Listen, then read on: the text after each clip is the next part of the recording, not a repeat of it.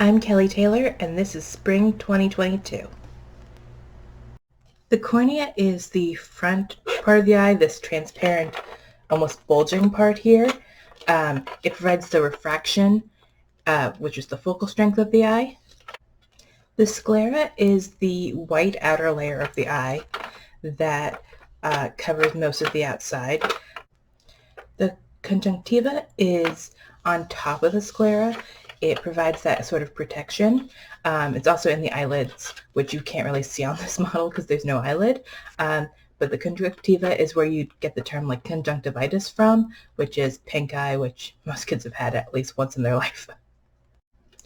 The iris is the colored portion of the eye, which contains the pupil. It expands and contracts to control light entering. On this one, you can see it's kind of like a hazel color, but it's often blue, green, brown. The canal of Schlemm is the chamber on the outside of the iris where aqueous humor is collected and filtered after it produces moisture for the lens and iris. It's this part right around here, and it goes all the way around. The pupil is this hole in the center of the iris where light passes through. Normally it appears black because there's no light inside the eye, but it's actually just a hole through which light enters the eye. The lens is located behind the iris. It's this structure here that changes shape. It either gets thicker or thinner to provide refraction and focuses on things that are close or far away.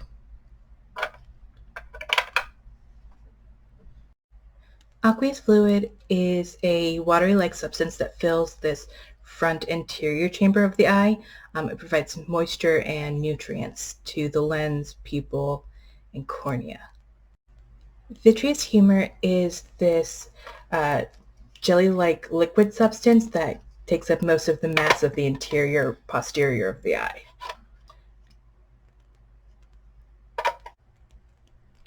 The ciliary muscles are muscles that control the focus and accommodation of the eyes because they help the lens change shape, and that's found in here.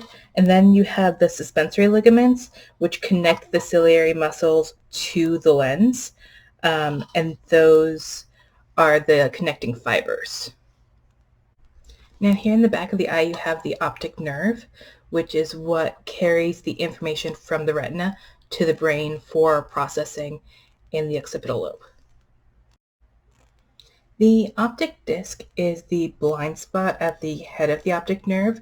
There's no photoreceptors there, so there isn't any vision there. It's the anatomical blind spot of the eye.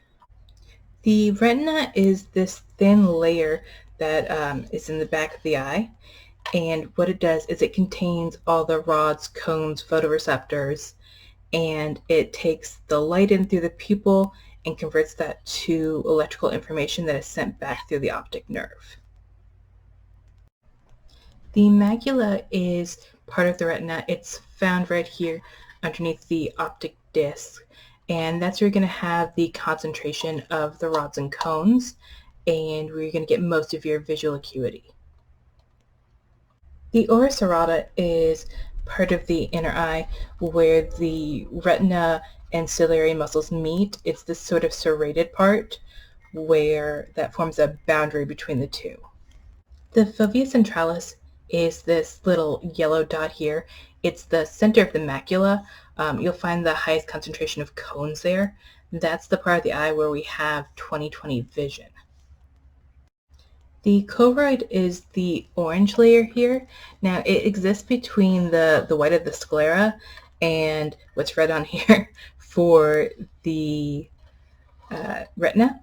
And so that's where you get all of your interior blood vessels and everything that provides nourishment to the eye from the rest of the body.